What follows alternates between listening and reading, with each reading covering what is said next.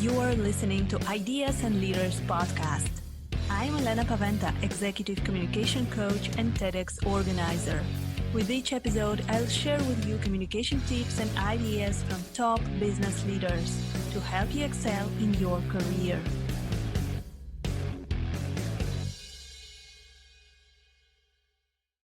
Today, I'm speaking with Roy Coughlan. He's my friend. He's a serial entrepreneur. He started a lot of businesses, and he was actually one of the people I interviewed for my PhD thesis on entrepreneurship. He has an amazing background, and he also has several different podcasts. He's a podcaster, and today we're going to speak about how to start a podcast.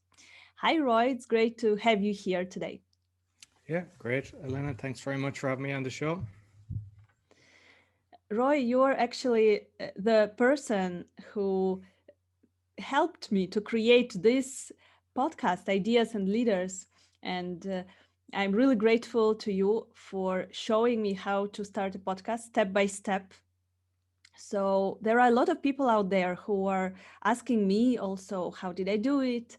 And that's why I decided to invite you to the podcast and to uh, tell people what are the basic steps we need to do if we want to start a podcast. But first of all, what are the main reasons why people should start a podcast? Why would you recommend them to do this?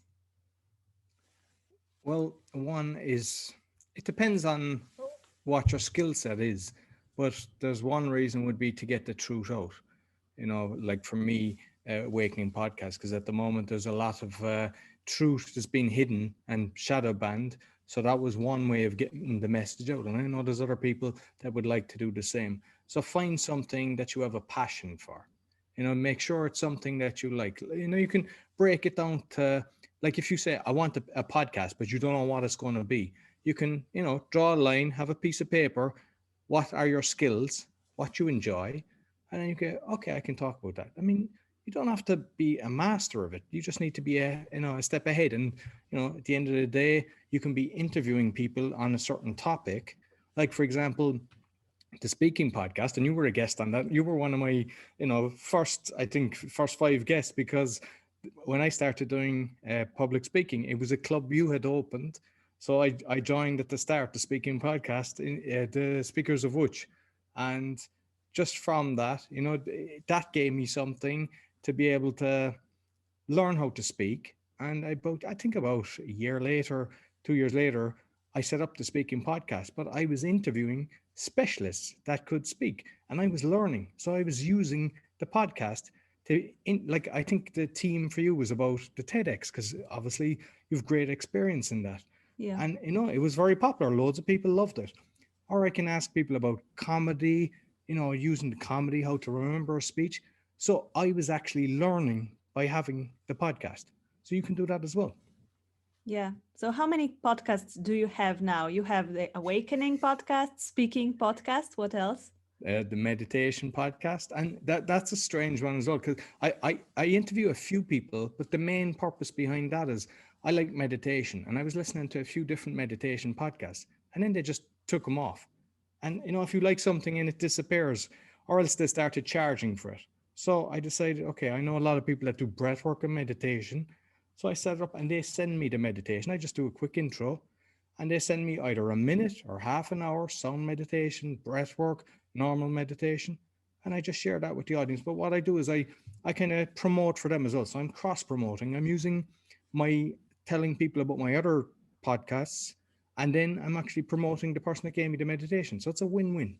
And people think they like it, and it's doing very well. The other one is Learn Polish podcast. So I'm doing that with my ex-wife. She was the teacher. That's how we met first day. And it's actually one of the most popular ones that I've got. And it's just like 5 to 10 minutes. And the reason that I set that up was I wanted to improve my Polish through a podcast by listening. And they were scripted, or else they were only in Polish. So if something is scripted, you lose interest straight away. I just don't like scripts. I prefer, just a conversation like we're having now. And the other thing is, if it's only in Polish, some people can learn like that. I can't. I need to understand. So I started creating a podcast like that with the English and the Polish, but I used humor and I leave my faults in as well. Because I think if you're learning a language, sometimes if you're just hearing the student and everything is perfect, it can be disheartening because it can be hard. But if I make a mistake, if I struggle with a word, I leave it in there and people love it. And so you can do something like that as well. If you're good with a language, or maybe if you're good with an instrument, you can talk about whatever your passion is. And it's a great way. The main thing is some people set up a podcast and they think, I want to do this for money. And I would say, don't be doing it for the money. I mean, eventually you can actually um, create money. There's different ways of monetizing, but I wouldn't make that the main reason. The main reason is that you love what you're doing, because you don't want this to be a job. You want to be something that you thoroughly enjoy. And by spending the time interviewing people, getting to know them, and just like the editing process, I can talk about that in a minute. I mean, like, don't have fear thinking you have to be fantastic at the computer. I mean, you know me. I can barely turn on my computer, and but once you do it, like at the start, I mean, you know yourself, when I was taking you through the process, fear, you have the fear. It's like driving. At the start, you're thinking, do I change the clutch? Do I do this? Do I accelerate?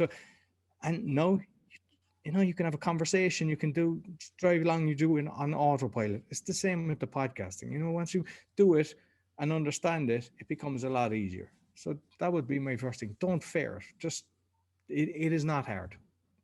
Yeah, just do it. Just do Just it. Exactly. start.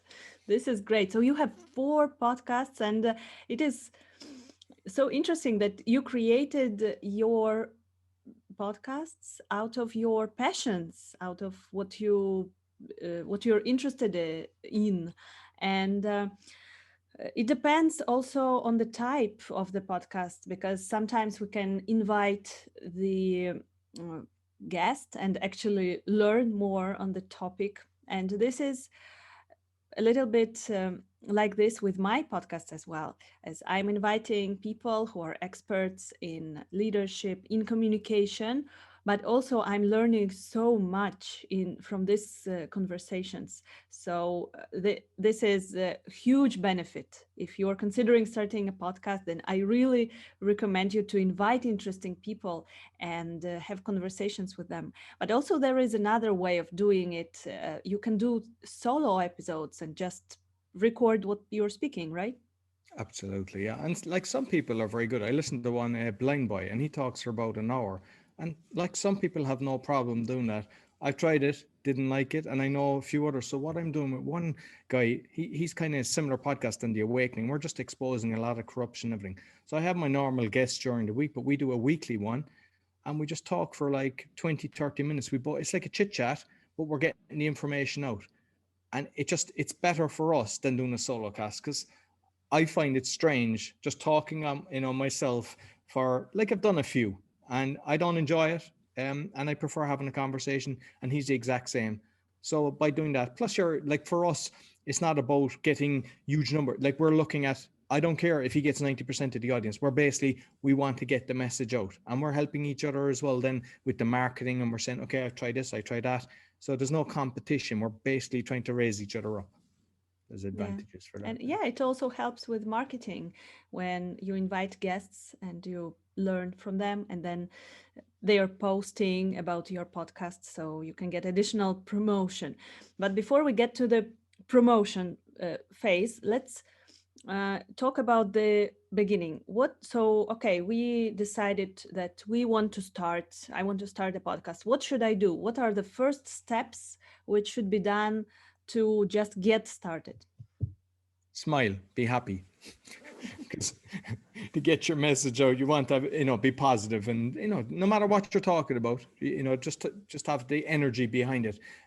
Like, it depends on your budget. So especially now, there's some people, they've lost their jobs and everything, and maybe the financial might be a lot. You can actually just get like a microphone. I'm not sure if this one is going out on video as well, but just say something like that. It's like a Sony microphone that you can clip on. You plug that into your phone, and it's about 20 euro, $20, and that will actually do. You can actually create a podcast for that. But obviously, if you want to have a better quality, get a microphone.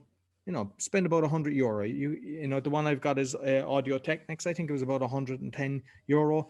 It's 2 years now that I'm doing this, and it's still working perfect.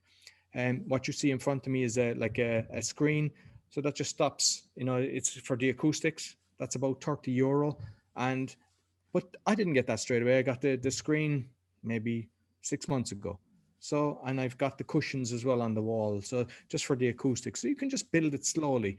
And but the reality is you have a phone and a microphone, and that's basically what you need to get started. And just based on that as well, it's something that I've been doing from the start. If I was interviewing, when you're doing like what we're doing on Zoom, there's no way of kind of backing it up as such with a thing. But if you have interviews, like I'm not sure if you remember when I was interviewing you in my place, I had Yeah. the phone as well as a backup, just in case the technology failed, that it would work as a backup. So I would recommend doing that when you're actually meeting the person and you have the microphone and everything working.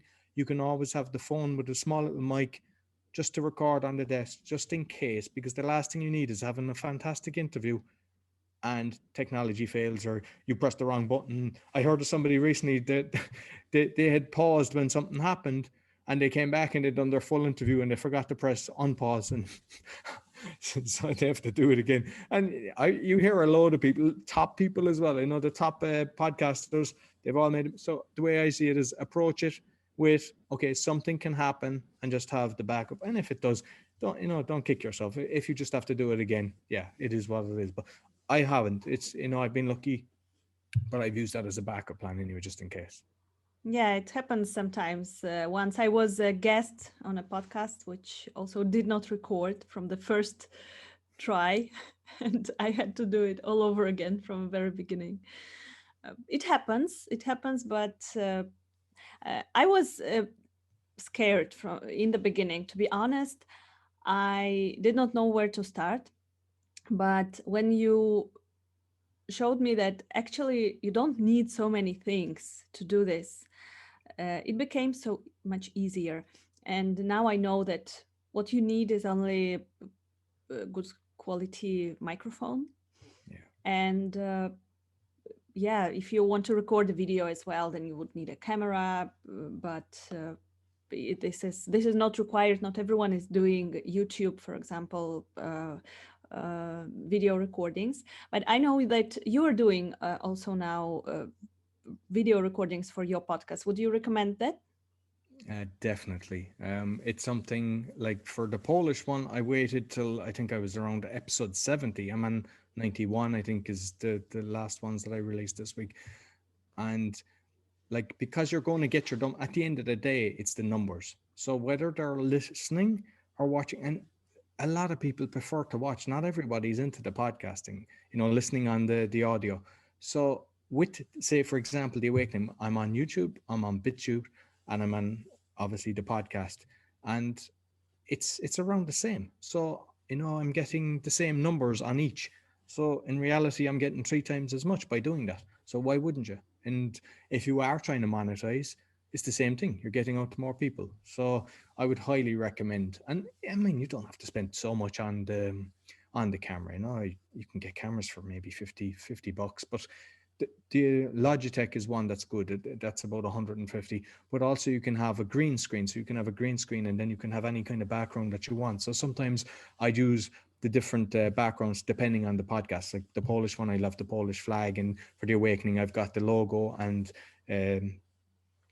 the website. And what I do with that, because I've done a lot of interviews in Pakistan and everything, and not everybody would ask you kind of like, oh, how can we contact you and everything. Some people don't do that. So it's just your way of promoting yourself. So just to be conscious of that, because a good way of actually building your audience is to get on other people's podcasts. And like what you can do is, like, you be on my podcast, I'd be on your podcast, and you're both tapping into each other's audience. And when you have guests as well, tag the person. I always clear with them, like, okay, I tag you. So when you tag them on Instagram, when you tag them on LinkedIn, when you tag them on Facebook, you're tapping into their audience, but vice versa as well. So they're tapping into yours. And, you hopefully, like, if people like your styles that are listening, they start following you then. So it's a win-win situation.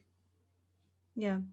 So when we know the topic, either it is our interests or if we want to make it part of our professional activity, for example, if we want to make solo episodes on the area of what we are doing, professionally.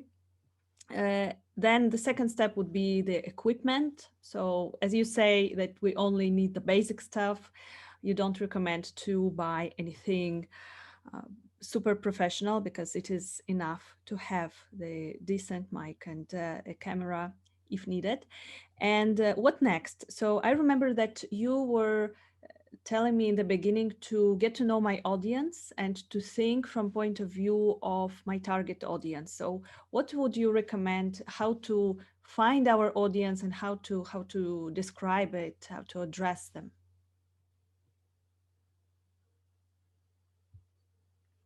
So the the best way is like try to find your true fans. So the best thing is like having a niche. Like for me, Learn Polish podcast is a niche because, and it's not just in Poland, foreigners in Poland. I mean, there's a lot of Polish people that have went around the world and they meet partners and then they want them to learn so that when they come back. So that is a niche, and that's why that's doing so well. You can do general, but if you can find a niche and break it down, and then you reach out to that target audience, to find out where they'll be. So if you know exactly what you're talking about, rather than very general, it's a lot better to build kind of true fans, let's say. Because if you can find the people that are totally interested in that, because sometimes you, like say the awakening one, it's very general because I'm in reality it's affecting everybody, but at the same time it's hard then to reach the audience because you have to be specific. So now what I'm learning is that getting into the groups that are actually, say, a Facebook group that are in that topic, they have a way better chance of following you than just throwing it out there. So find the people that are interested. So like some people might have a podcast. I know people that have podcasts about animals. So you're going to find people in an animal Facebook group or an animal LinkedIn group. That's the best thing, or Reddit, that will start following you. And just make sure that you start getting into them, because this throwing, I suppose, a grenade up in the air and hoping for the best, that's not the way. The best thing is to know who they are, and like create an email list as well. I mean, you're good at that. That you have an email list, and send it out and contact them. You can download your contacts from LinkedIn and from Facebook. I mean, you do a search on YouTube, it'll tell you how to do that. And it's just being consistent in doing that and sending out. So for example, when you do a new release, you can send an email out to the people letting them know, because you just assume that when you release a new episode that somebody that has listened to previous ones will listen again. Reality is we're all busy, and you need to kind of not annoy people, but at the same time send it out a few ways. So for example, the way that I'm doing the Polish one is on the Monday I put up the audio, and so I just say new episode just released. On the Tuesday I'll actually attach pictures. You can see the analytics with Facebook, so it tells you how many people actually you've reached. By attaching a lot of pictures, it gets way more views than just actually saying the podcast. And then I'll say the next day it's now on BitChute or it's now on YouTube. But the one that works the best is actually the pictures. It just grabs people's attention. Does it mean that they'll actually go in and listen? It's hard to tell. But just have a different approach. Don't just do the one thing. And the other thing is ask people. Go up to people, tell them what you're doing, and don't be afraid to ask for reviews as well. Because I mean, we spoke about that. Like I said, give me a 5-star rating. Just ask for it, because it definitely helps. It puts you up. So if somebody got 5-star reviews and somebody else has got 100 in the charts, there's a better chance that they'll come to you first. So you should ask everybody, and also say it at the end of your podcast. If you enjoy what you do, please share it with your friends. Please give me a 5-star review, because if you don't ask, you won't get. And it's like with all mine, I constantly say that, and it definitely works, because I've got most of them, there's 200, 300, 400 5-star reviews, and I've got number one in a lot of countries in 3 of the podcasts. So just by doing that, it definitely helps. And I think it's Chartbin is the website that actually tracks where you are in the charts. So it's good to subscribe to things like that, because for example, when you get number one in, say, the UK or something like that, you can actually put that out there, and because people see, hey, he's number one in the UK, especially if they're in the UK, they'll there's a good chance they start following. But just out of curiosity, I said, this must be good if he's getting to number one in different countries. So, Yeah. you might think, oh, that's bragging. But you have to tell people. You have to constantly, you might think, oh, I'm annoying people. What I've learned, even with the BitChute and everything, sometimes people just, they launch a new episode, they just put it up and that's it. You have to constantly promote it. You have to constantly tell people about it and just think of different ways. Like, one, you might just say no on BitChute, no on YouTube. The next one, you might just give the topics that you've discussed or write a description. Then you might do a snippet, like 1 minute, 2 minutes, something that'll grab their attention. So if you have a little piece of the audio that would just, it's something that grabs them, there's a great chance then that they'll actually listen. So you just have to do these things. And what I would say is, if you are getting this consistency work, so I'm extremely consistent with the Polish one and it's doing very well. Like the Awakening one as well, I'm getting a lot of episodes on that. But the speaking, I kind of let it slip. I kind of do it haphazardly, and they're doing one a week and you release it on a Sunday, say, so that somebody on their commute to work know that they'll have your new episode every Monday. They start waiting for it. So it's definitely try to be consistent when you release it and the times. Don't do it for like 3 months, 2 episodes, and then not do it for a month. Your numbers will affect. And if you can do 2 shows, instead of doubling your audience, you might triple it. It makes a big difference if you can get more out. So Yeah. I would recommend that as well. Yeah, consistency is really very important. And I realized that when I was promoting my podcast and putting all the episodes out regularly. But then a couple of weeks ago, when I was organizing my TEDx event, it was a lot of work, a lot of things were going on. And for 2 weeks, maybe, I did not promote that much.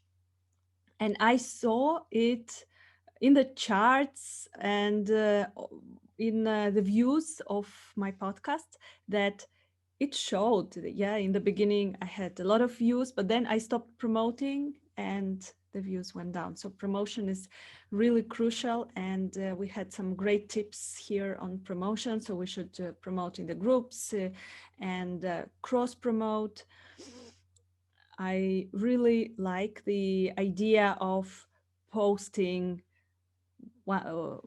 posting audio on one day, video on the other day, and picture on the third day, so that you change a little bit the information.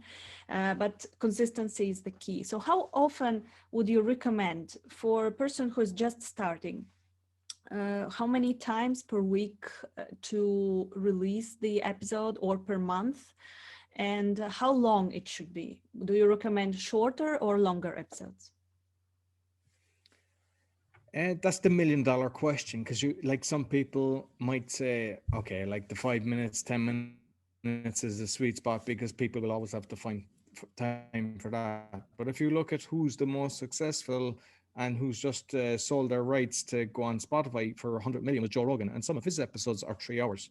So it's, if your information is valuable and you're giving good content, it shouldn't matter. But I think a sweet spot, definitely, because I'm trying to, on the Awakening one, I'm looking at the half hour. But I've done, the last episode I put up was an hour and a half, and it's getting a load of downloads because I'm talking about Freemasons and everything. It's an interesting topic, and that's another thing actually in your marketing. Try to get catchy headlines. So what I do is, after the interview, when I'm editing it, I'm writing all the points, and then something will just stick out to me. Oh, that'll be good. It's not that I'm going to interview this person and I'm going to use this headline. No, what I do is, when they say something and I go, okay, that's attention grabbing, and a headline can actually get you the downloads, because people are curious. At the end of the day, there's hundreds of people waving their hands, and you want to try and have the banner that'll get their attention. So a good catchy headline. And what I do, and some people say, oh, you shouldn't do that, but I studied kind of Ted Nichols on like words. I use capital letters for each the first word all through, and you can actually see that better. So I would recommend doing that. So like, say Freemasons is the cause of the problem, I'd have a capital letter for each word. and it's because it's easier to read and it grabs your attention. So look at that. I mean, not everybody's into that thing. Some people use all capital letters, but I think by using the first word capital letter, it makes a difference. And I mean, the fact that I've got, number one in a lot of countries, I've been in a load of countries in the charts, not in all different numbers. So it's working for me. So I would recommend going that route. Yes, you're definitely so successful with your podcasts. I see that you're in different charts and everything. So it's really great and congratulations. So, what would you recommend to a person who is just starting and they are scared, they don't know what to do, they are not tech people? So, what are the first basic steps and what are your recommendations? Well, for the software, like one recommendation, and I hear different people saying it, is just record, just put it up and just get it out there. And I beg to differ. I think if I'm listening to a podcast and I'm hearing at the start that they're not editing out what's being said, they just kind of, just, okay, we'll press record, let's do this, da da da. And, like pause fillers or whatever, I think that someone might switch off because of that. So I edit every single thing. Does it take a long time? Like if I do an hour and a half, it's going to take me 2 hours to 3 hours to edit that, and sometimes more. Like if someone is doing a load of lip smacking and a load of breathing and everything, it definitely makes a lot of time. But if you want to ensure quality and you want to, at the end of the day, if there's 10 people doing a podcast and one is really concentrating on getting the best quality, which one would you prefer to be listening to? So take out gaps. Like nobody wants to, in some, because there's sometimes people will talk and they'll just pause, and what you don't want to be waiting for that. People just want to listen to that. So that's what I would say is concentrate on it. So I use Audacity. It's free. It works both for the Mac and for the PC, for Windows, and it's easy. I actually have a YouTube video that's there, and I've done Prezi as well, and they're online, they're free. That I show exactly how to do it, because it's kind of hard to explain it, just no through conversation. But it's easy. I mean, I've taken you through the process. So obviously, prior to it, you panic, you think, "Oh God, this is going to be hard." But the reality is it hard? I mean, you've done it now.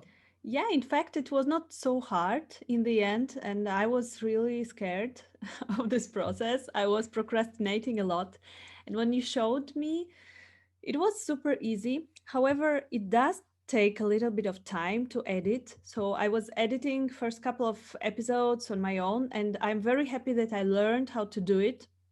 But then I also delegated doing it. You can find someone on Fiverr, or you can get a virtual assistant. So you don't have to do it on your own. If you can choose whether you want to invest your time or you want to invest a little bit of money and some person who can do it faster maybe than you. This is the thing, but I agree that the quality of the sound, so a good microphone, and the quality of editing is also very important, because sometimes when I hear that the podcast is not of a good quality, for example, I hear a lot of background noises. I know that it was recorded somewhere at the conference or in the big room where a lot of people are talking, then I turn it off because I cannot focus. So I think that this quality issue is very important. Okay, so what else? We get a microphone. We get the basic equipment. We have Audacity to edit the podcast. We know who is our target audience, and we need to put those podcasts somewhere. How to put our recordings into the podcast platform? What is the final step?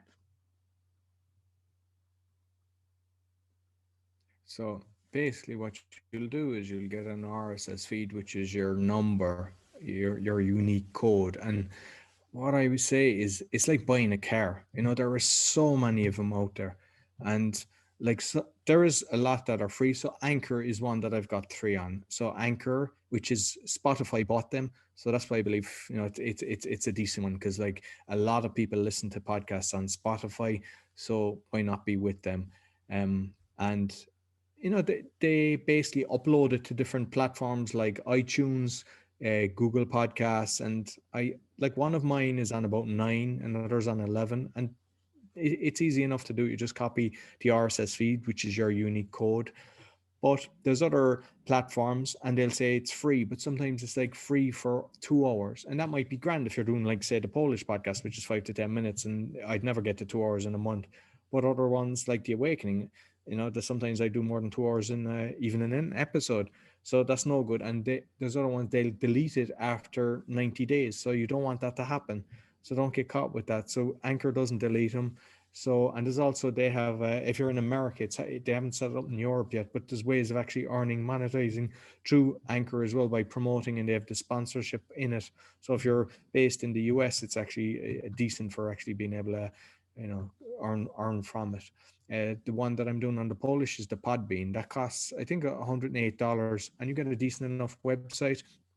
It actually, when you upload it, it automatically sends it to a few different places. So if it linked to, say, the Twitter, the LinkedIn, and the Facebook, so it actually automatically puts it out there. But then I can just copy it. Plus, it gives me the audio. Like, if you were putting up without the video, and I was doing that, there was some people like that. So you can put up the audio in YouTube or BitChute, but without the video, because some people they're not comfortable on, and maybe they just don't want to do that, or maybe they have a guest that doesn't. So you can still put it up like that, and that automatically does that. So that's an advantage of Podbean, and there's a load of them there, to be honest. And it's like, what I would suggest is just do a research, do a check. But what's happening is a load of them, like Buzzsprout, and a load of them are writing the articles, but it's for them, so they're putting themselves as number one and against another, because, but it's they've created it. So I'd check about 10 different sources and just try to see. But I mean, you're on Anchor. I don't know. Are you happy enough with Anchor the way that? Yeah, I like it. So I would recommend Anchor. I don't know other platforms, but yeah, it is actually quite easy. So you just register on this platform, then you upload episode with a description, and then your episode is getting shared in on different other platforms, on Spotify, Apple Podcasts, and Google Podcasts, and many other. So I found this process quite easy, surprisingly easy, when I registered. And after this, it is all about marketing. It is all about promotion. So as you said already, how we should promote, and this is very important, because if we don't promote our podcast, then it is not there. It does not exist. So I'm promoting on Facebook. I'm promoting on my LinkedIn page, and also I have a separate Instagram page for promoting this. And I think that the more the better. Or do you have any specific recommendations for promotion? Um, I don't get much out of Twitter. I still do it. I just kind of, because I had, I don't know, at one stage I had something like 7,000 followers. But I think a lot of these social media, it's kind of like, I follow you, you follow me, but we don't really know each other, and we just want to look bigger than we are. And you know, that's, you're better off having 100 people that are true fans than you know, 10,000 that are just followers for followers sake. You know, it doesn't make sense. So you can even buy numbers like that, and yeah, sometimes perhaps just to attract people you can do that. But the reality is, it's all about engagement. And if you've got really people that are, I mean, you'll see that on the Instagram, you know, you'll find people that really listen. They'll make a comment and they'll say, really loved when somebody spoke about something like that. And but just by doing that, they're actually, their friends can see that comment, and there's a good chance that out of curiosity somebody will start listening and they'll go, oh, I like that. Whereas when you've got these 10,000 or 5,000 that you've paid for, you'll get zero interaction. So what's the point? It might be just kind of to try to encourage others to follow you, because they think, oh, you must be good because there's 10,000 people following you. So there's kind of a pros and cons for that. And just going back to the Anchor, I have they have the app as well, which is very professional. It's very good. And what I do is when I upload an episode, I don't release it. I actually keep it as draft. So then I can go into my phone and I play it. So I check to make sure it's okay. At the start, I used to listen to the whole episode to make sure I was going. No, because I'm just so used to the way of editing. I know that I've done it right. But I just make sure I check the start and I check the end to make sure. So it's, I mean, I've done with all my podcasts over 200, 230 or something like that. Just did about 2 or 3 times I made a mistake. I uploaded the wrong one, or I just the unedited one. So it's just a habit that I've got into as well, just ensuring, because the last thing you want to do is put up and it's happened. One of my friends recently put up an episode and he put up the wrong one. And if you've got 100 downloads or 1,000 downloads and you know that there's a mistake in it, you take it down. Them downloads are gone. Once you remove it, you can't edit you can edit the text, you can even change the title. But if you take the audio down, they're gone. So, just make sure. So that's why I do it. I do a check, save it in the draft, and then press release. And the other thing to be aware of is if you're coursing on it, just say explicit. So just, you have the clean option or not, because, you could get reported. So just, and sometimes, I mean, I just let a guest, be themselves, but sometimes they will. So even recently on the meditation, because that's never happened, last episode, I'll have to mark it as explicit because you don't want to get a black mark for that. So just be, be careful. And if anyone's doing kind of, like say the awakening style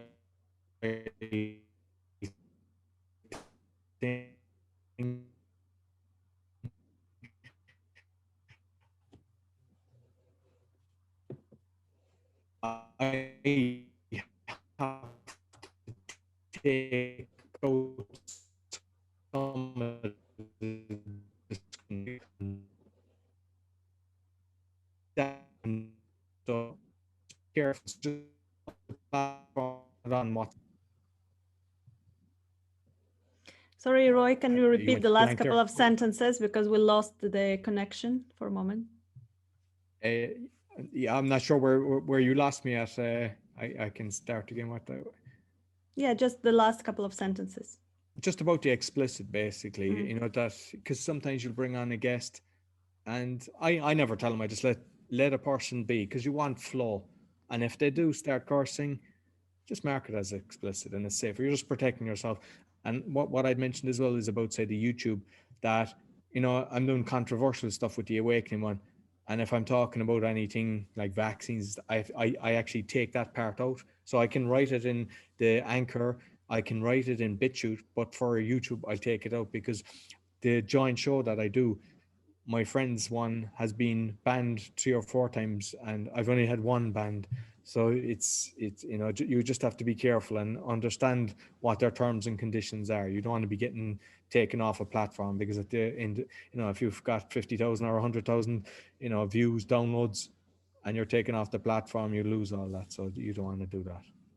Yeah, this is very important to know that if we have some explicit content we need, or some controversial things, that we need to be careful about it, not to lose our downloads and not to lose our episodes, and not to be banned from any channel. So, Roy, I know that you are thinking of putting all your knowledge and experience into the course, and a lot of people were contacting you, just as me, uh, to uh, to ask you, how did you do this, and can you teach us? So, do you plan to release such a course, how to start a podcast, in the nearest future? Yeah, I'm actually working on it at the moment. So I've got all the different modules and everything kind of done. So what I want to do is actually record it and put it in the course. And maybe different options. That's one, people can just look at the content, but two could be like kind of holding somebody by the hand and take them through the whole process, help them with the marketing and everything. So yeah, it's something that is going to be kind of, yeah, if not this month, it's definitely going to be complete by next month.